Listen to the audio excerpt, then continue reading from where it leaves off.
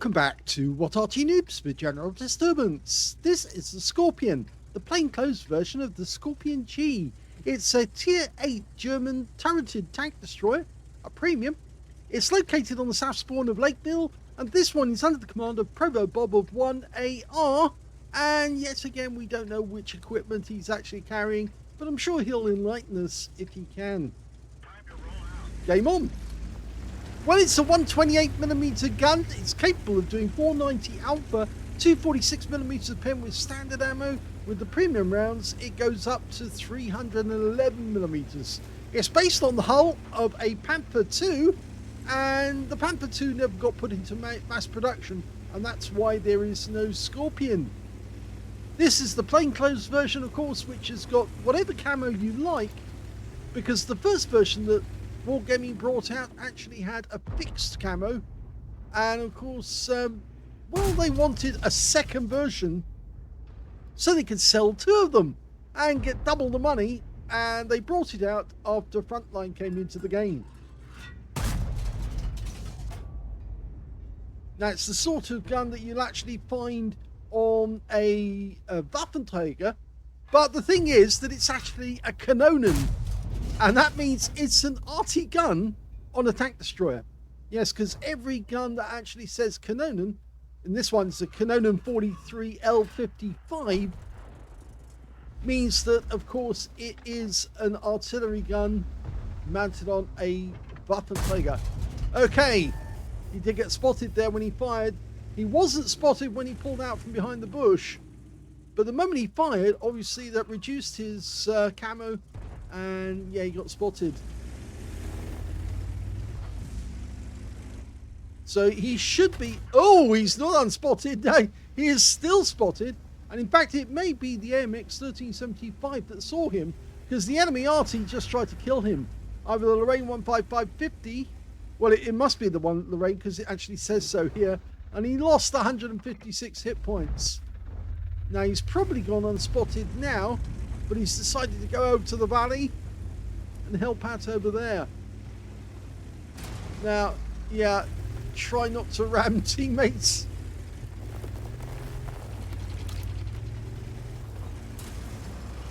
Oh, now, got in the way of the GW there. And I think the GW's moving because obviously he realizes things are not going well. That one hit the vehicle. Oh! More artillery rounds coming in. Well, yeah, this is not going well. He's already lost half his hit points. Got hit by the M12 on the enemy team and the M4Y. So they know he's here. They've seen so at the other end of the valley. I think it was the Type 59 that actually saw him, and he bounced around off that guy's turret.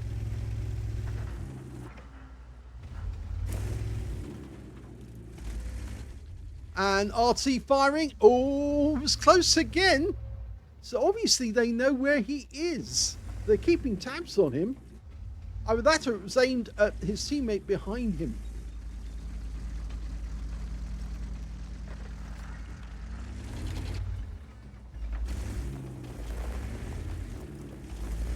Now, ProvoBob is using APCR at the moment, so it's going to cost him at the end of the battle. He actually had a long argument with Wargaming, and with justification, because they actually turned one of the graphics the other way round, and he was a bit upset about that. You see, ProvoBob's from Australia. In fact, I believe he lives in Queensland, which is on the Gold Coast. And he actually puts a kangaroo on the side of the turret of each tank. And unfortunately, you can't see the kangaroo on this one. No, it's not showing. But he does normally put a kangaroo on the side of the turret on both sides. And normally the kangaroo's facing the right direction. But for some reason, Wargaming changed the direction of the kangaroo. And now it's facing the wrong way. And he contacted Wargaming and said, could you fix that for us, please? But no, they said they wouldn't do it. In fact, they said they didn't make any alteration.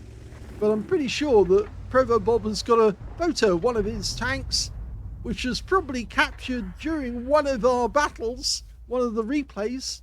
And yeah, he can probably tell you if the photo is round the wrong way, because of course he would see it. Oh, he's been spotted again.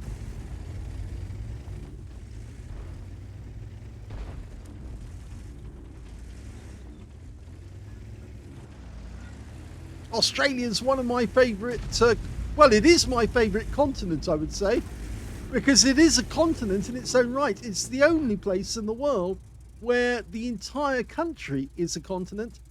Unfortunately, they're having a bit of a problem at the moment because the price of houses has gone so high that ordinary people just can't afford to buy them. The ratio of disposable income to a house has gone way high. I mean, some of the top places in the world... Oh, he's rubbing up against somebody there. A Shrek. Yes, some of the top places in the world, the most expensive places, places like Tokyo, which have got an incredibly high cost to actually buy a home. And Australia is getting to be the same at the moment. As you may know, Australia is also one of the weirdest countries in the world because, of course, most of the people in Australia live within 5 miles of the coast. Well, not 5 miles of the coast, but very close to the coast. It's absolutely... There are places in the centre of Australia where there's one person for thousands of miles. And, well, not thousands, but you know what I mean. There are places in Australia where the only people are actually on a farm, on a ranch, and it's very, very sparse. If you want to be in a place where there's very few people, go to Australia. There's very few people.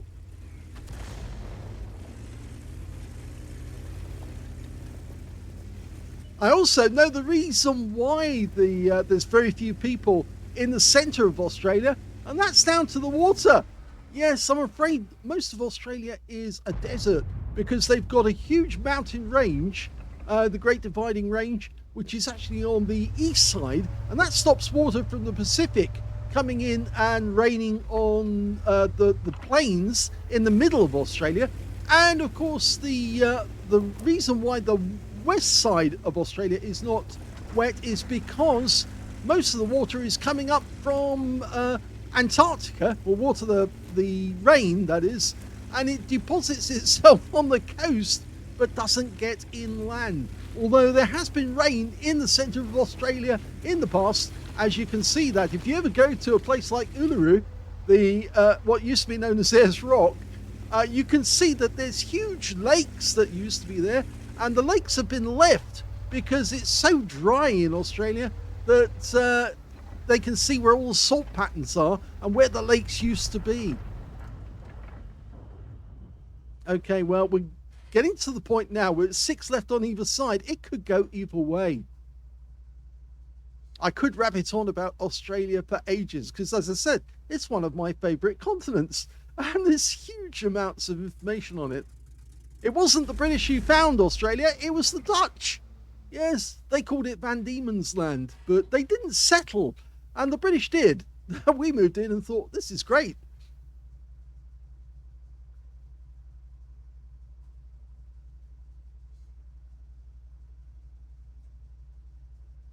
Of course, now, Australia in the past used to be virtually entirely made up of people who came from the British Isles or English-speaking countries. Now, there are people from all over the world. Good shot.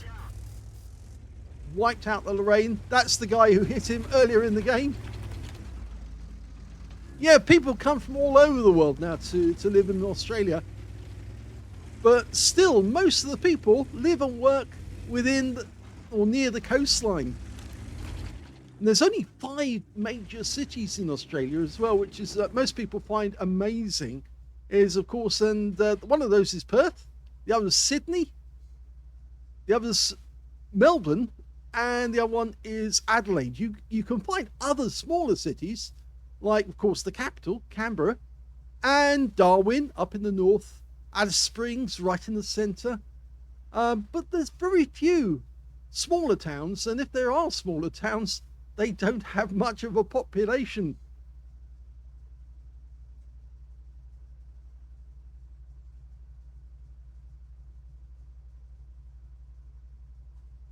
One of the most amazing things about Australia is they export a massive amount of food around the world. A lot of it goes to China, and you can see these huge ships which have masses of cattle and sheep and pigs all on them, and these ships are virtually completely automated, and they feed the animals as they're being ferried live over to China. And when they reach China, obviously their life span reduces. Yeah, I shouldn't really say that, but yes, it's easier for them to transport the animals live than it is for them to cull them in Australia and then transport the what remains, the carcasses.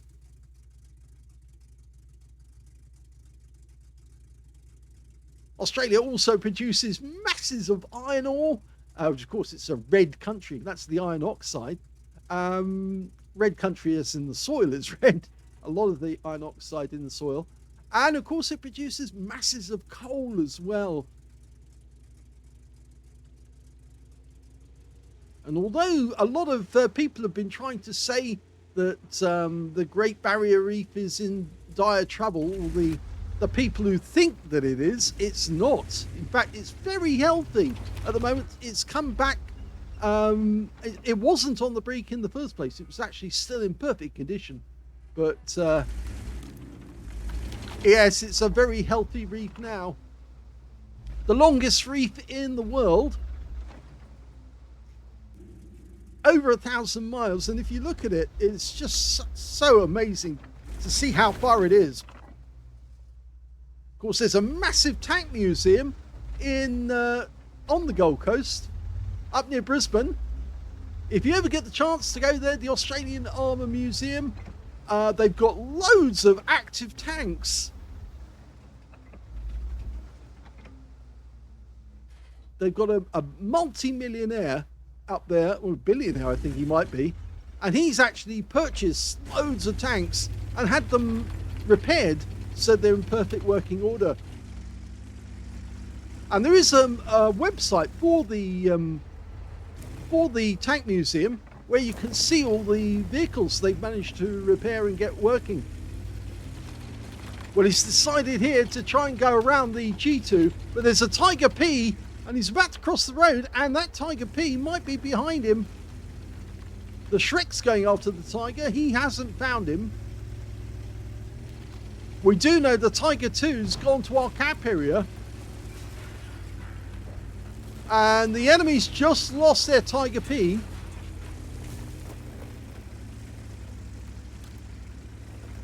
We still don't have a lot of damage in this game, but I'm sure that ProvoBob can get some more. Okay, now we've got a game. 4 players left on the enemy team, and they're in the cap. And they've got 2 in the cap. Now, he can get a reset from here. Oh! What happened there? This is where the reload will become important. The standard reload is 10.20 seconds, or is it 12? 12.2 seconds per shot. And ProvoBob's got 10.45. So it is very important to get those shots in. It's the Type 59 he's capping, and the Tiger 2. So we need to get those resets as quickly as we can. Tiger 2 is firing at our teammate. That's a reset. Big one. They've got 3 in the cap now. The M12 has come south. So it's very important for him to get these resets. Ow, takes around, but he pumps one back and he gets a hit on the Tiger 2. So now he's picking up damage. The M12 is right in the corner. Now he can wipe that guy out with 1 round. And he does. Good shot. Okay, we're capping at the other end. So we really need a reset to make this work. Oh! Unfortunately, we can't get a reset now, and they've got 3 in the cap. And yeah, we can see the shot came in from the Type 59, hit us in the front. right through. In fact, just on the corner there. Very, very tight, but it did go in at an angle and it did wipe us out. And they capped out at our end, so unfortunately, we lost this one. Here's the end of battle results. Sadly, that was a defeat for ProvoBob in the Skorpion. He managed to get a duelist for taking down 2 tanks who damaged him, and he got a fire for effect for doing more damage than the hit points with his own vehicle. He also got a Pascucci's medal. He killed both enemy SPGs, the Lorraine 15550, and then he killed the M12. And his win rate from the game, 2,874, which is Unicum standard. Let's have a look at the team score. Well, he didn't get the highest damage in the game because that actually went to a Shrek on the enemy team who got 2,740 hit points. Second highest to the Lanson C on our team, we got 2,636. And that guy picked up a Confederate. And the third highest damage in the game went to the Barask on our team with 2,619. We can see ProvoBob got 2,064, but he was beaten by 2 members of the enemy team, 2 members of our own team, which means he's 5th when it comes to damage. When it came to kills, though, we can see top scorer was the Smur SM on our team, 4 kills to him, 3 kills went to the M4Y, and 2 kills went to ProvoBob, the Shrek, and the Chi2 SP on the enemy team. And when it came to base XP, it was the Type 59 who did the best. That guy got a Spartan and 836 base experience points. 717 went to the Shrek, and 711 went to the Lorraine 15550, with ProvoBob getting 388. He fired 15 rounds in the game, got 6 direct hits and 5 penetrations, 2,064 hit points of damage, of which 1,724 were at more than 300 meters. 4 hits received from the enemy, 3 of those were penetrations, 1 non-penetration, and 3 hits by way of splash damage from the enemy Arty, who was getting a bit fruity when he was on the valley, but as he moved out to the valley, it was a little easier. 1 enemy vehicle spotted, 3 enemy vehicles damaged, 2 killed, and he got 55 defense points resetting the cap, so he wasn't far off getting a defender. On a premium count, he actually made a profit, 2,654 credits. I know it's not a lot, but it is amazing that he did get that. But he did get a courageous resistance because he earned that Pascucci's medal. He also took away 1,514 experience points out of that game as well, and getting courageous resistance on his XP. So unfortunate that he didn't get a reset. If he had got a reset, I think that might have changed the course of that battle. It might have been a draw rather than a defeat, but it was fun all the same. So let's have a look at the second replay featuring a Skorpion.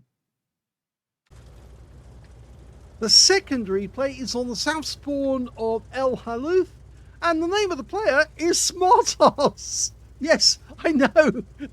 He's in the NOIA clan, and he's in the Skorpion G, which of course is the one which has got its own special camouflage, as you can see here. He's got 2 marks of excellence on that barrel, so obviously he's had this tank for some time and used it to good effect.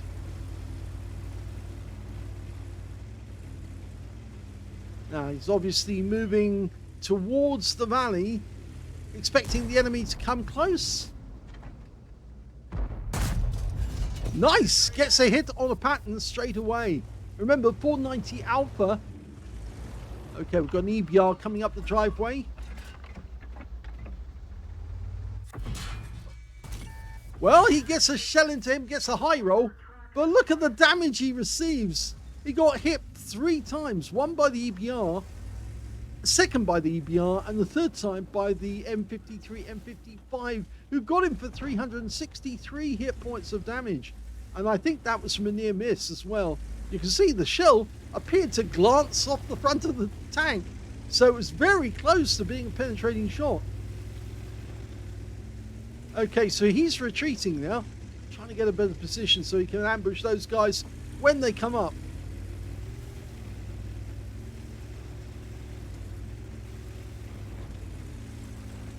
Ooh, this is good. Jagdtiger doesn't realize he's been spotted.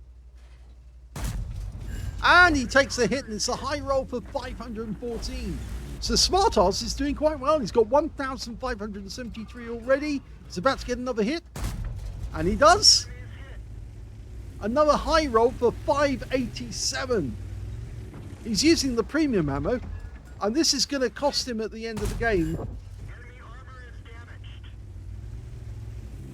It's a tier 10 game with tier 8 tanks in it. He's tier 8, which means that every tier 10 he hits, he's going to get extra XP for. Now, I'm sure he would love to get that XM57. And he does.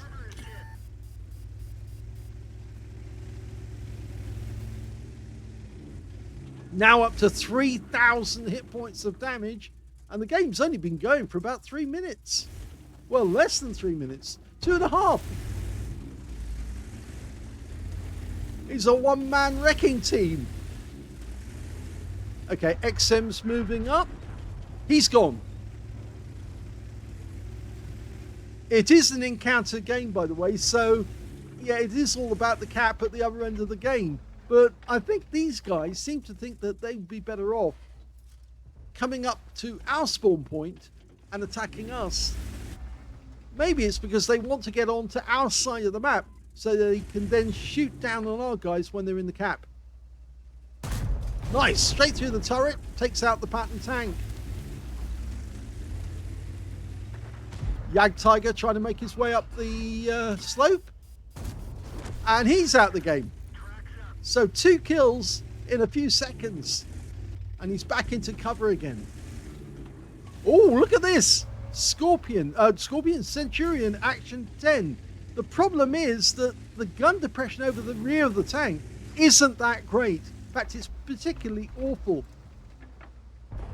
Now he's looking to try and spot the enemy tank who's out there.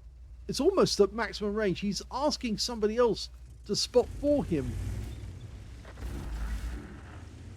He said, attention to B3. He wants somebody to spot what's going on over there.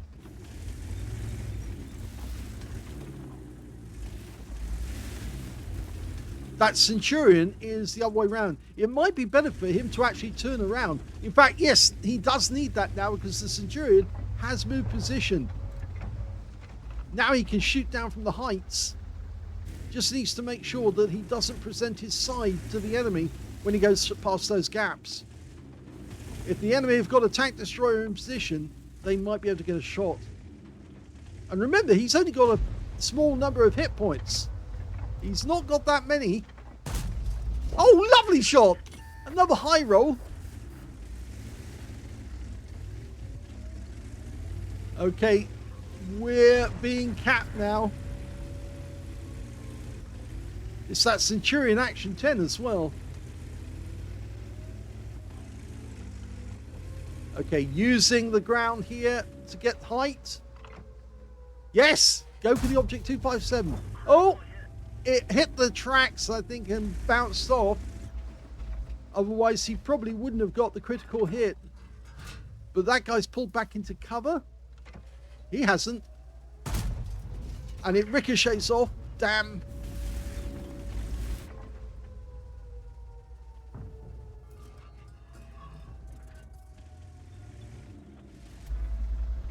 Oh, now he can get him.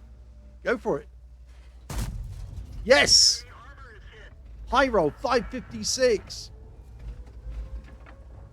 Now, see if he can hit this guy, the Kalana. Yep. He's racking up the damage. 5,000 hit points now. This is a massive game.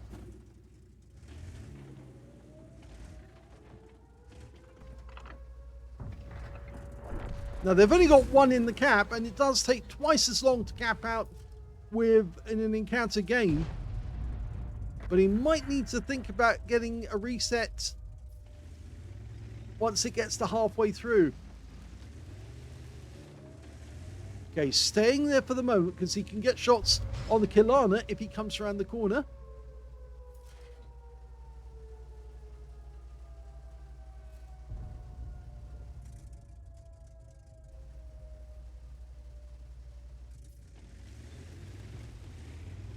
No, they're blocking us from getting round the corner. So he's going to do a long range job. See if he can shoot the enemy from... Oh, look at that! That was our E4 taking out their M449 Liberté. But I think that Arty had a lot to do with that as well.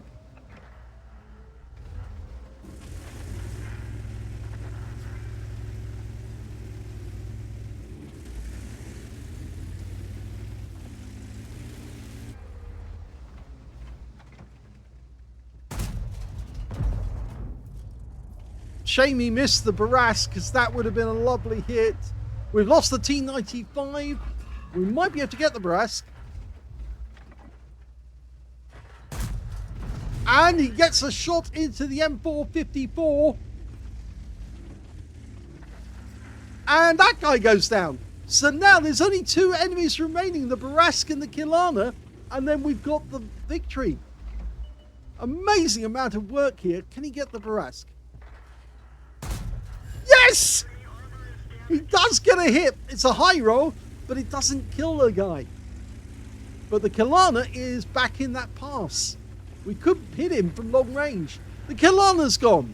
Taken out by the Batchat 25 ton. And now we've got a Confederate. He's going for the Barask as fast as he can. Barask is gone, and that's the victory for smartazz. What a result with that game. That was an ace tanker game for smartazz of NOIA in the Skorpion G. It's not the first time he's had an ace tanker. He's had them before. He got a fire for effect for doing more damage than the hit points of his own vehicle. Bruiser medal for getting at least 5 critical hits in this one. He managed to get 5 exactly. He got the high caliber for dealing the most damage in that game. Confederate for hitting more of the enemy than anyone else on his team. And he did it from distance, and that's why he got the tank sniper as well, from getting the most shots at damage, or most damage at a distance of 300 meters or more. His win rate was 8,189 in that one, which is super unicum and quite a bit more. And it did help that he was actually in tier 10 game, because he was smacking the tier 10 tanks about something chronic. Well, the highest damage was 5,984 hit points. Second highest damage in that one turned out to be the E4 on our team with 5,896. And the third highest damage, well, that was the Batchat 25 ton, who managed 3,335. When it came to kills, it was the Batchat who did the best with 5 kills. The AMX M454 on the enemy team did 4 kills, and 3 kills went to the T110E4 on his own team. He only got 2 kills in that game, surprisingly. But when it came to base XP, he was top. So he got the top in the damage and the base XP. He got 1,464. Second place, the E4 got 1,138. And third place was the Batchat 25 ton with 1,024. And those other 2 other tanks are both tier 10s, but he still managed to beat them in a tier 8. And they were the only ones who managed to get over 1,000 base. He fired 16 rounds, got 15 direct hits and 13 penetrations. Very nice placement of some of those shells. He waited at distance after dialing in to make sure it did go exactly where he wanted to. But some of them were snapshots. 5,984 hit points of damage, of which 4,540 were at more than 300 meters. That's a lot of damage at long range.